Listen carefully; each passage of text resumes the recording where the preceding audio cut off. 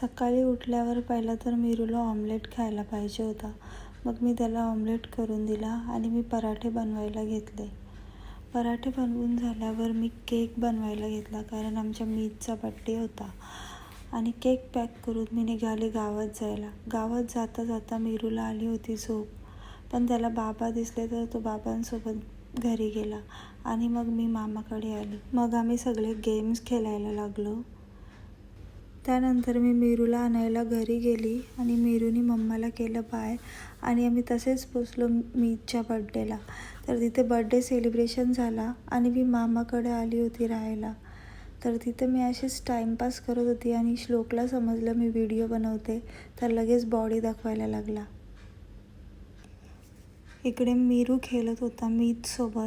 त्यानंतर बंटे आला, थोड्या गप्पा गोष्टी केल्या आणि आम्ही झोपायला गेलो.